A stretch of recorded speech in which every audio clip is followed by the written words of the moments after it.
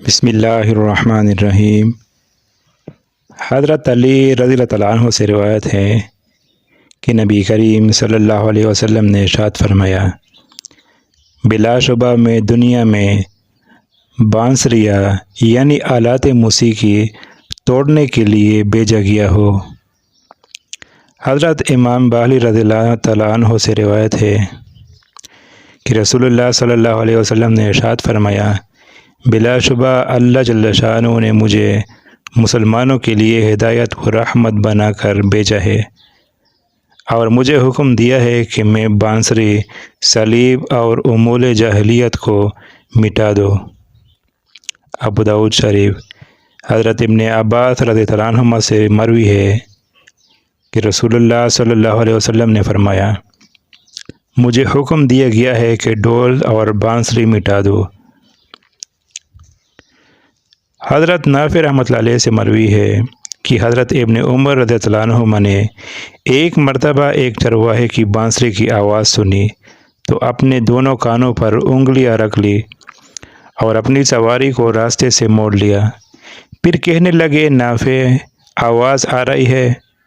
حتیٰ کہ میں نے عرض کیا، اب آواز نہیں آ رہی، تو آپ نے اپنے کانوں پر سے ہاتھ ہٹا لیے اور اسی راستے پر آ گئے۔ پھر فرمایا کہ میں نے رسول اللہ صلی اللہ علیہ وسلم کو دیکھا کہ آپ نے چرواہے کی بانسری کی آواز سن کر ایسا ہی کیا تھا۔ ابو داؤد شریف۔ فائدہ: اللہ جل شانہ سے ڈرنے والے بندوں کا شیوا ہے کہ وہ گانا اور بانسری وغیرہ کی آوازیں جان بوجھ کر تو سنتے ہی نہیں، لیکن اگر کبھی بلا قصد وہ ارادہ بھی سننے میں آ جائے تو کانوں میں انگلیاں ٹونس لیتے تھے۔ ہمیں بھی ان کے نقش قدم پر چلنا چاہیے۔ حضرت انس رضی اللہ عنہ اور حضرت عائشہ رضی اللہ عنہا سے روایت ہے کہ نبی کریم صلی اللہ علیہ وسلم نے فرمایا کہ دو قسم کی آوازیں ایسی ہیں جن پر دنیا اور آخرت دونوں میں لعنت کی گئی ہے۔ ایک خوشی کے موقع پر باجے کی آواز، دوسرے مصیبت کے موقع پر رونے اور نوحہ کی آواز۔ حضرت سہل بن سعد رضی اللہ عنہ سے روایت ہے کہ سرکار دو عالم صلی اللہ علیہ وسلم نے ارشاد فرمایا کہ میری امت میں زمین میں دنسنے، صورتیں بگڑنے اور پتھروں کی بارش کی واقعات ہوں گے۔ عرض کیا گیا، یا رسول اللہ صلی اللہ علیہ وسلم، ایسا کب ہوگا؟ آپ صلی اللہ علیہ وسلم نے فرمایا، جب گانے والیاں عام ہو جائے گی اور شراب حلال سمجھی جائے گی۔ ابن ماجہ۔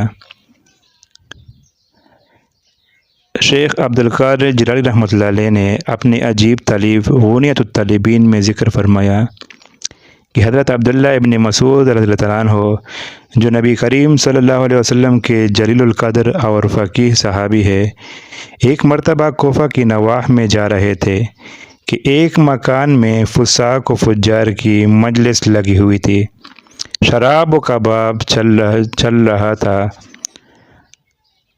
اور زازان نامی ایک گویا طبلہ بجا کر نہایت ہی خوش الحانی سے گا رہا تھا۔ حضرت ابن مسعود رضی اللہ عنہ نے یہ عجیب آواز سن کر فرمایا، کتنی خوبصورت اور پیاری آواز ہے، کاش یہ تلاوت قرآن مجید میں صرف ہوتی۔ اور یہ فرماتے ہوئے سر ڈھانک کر وہاں سے گزر گئے۔ زازان کے کانوں میں یہ آواز پڑی تو پوچھا کہ یہ کون بزرگ تھے جن کی آواز آ رہی تھی؟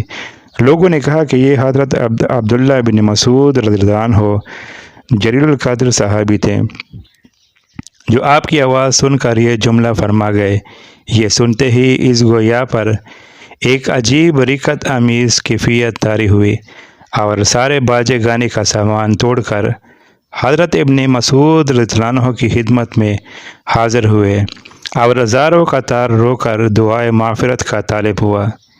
حضرت عبداللہ ابن مسعود رضی اللہ عنہ نے اسے گلے لگایا اور خود بھی رونے لگے اور فرمایا، اس شخص سے میں محبت کیوں نہ کروں جس کو اللہ جل شانہ نے پسند کر لیا۔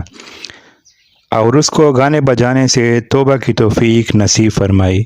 اس کے بعد زازان نے حضرت ابن مسعود رضی اللہ عنہ کی صحبت اختیار کی اور آپ ہی سے قرآن کریم کی تعلیم حاصل کی اور علم دین کو پڑھا، یہاں کا کہ وہ اس میں مہارت حاصل کر کے امام وقت ہوئے۔ مرکات شرح مشکات۔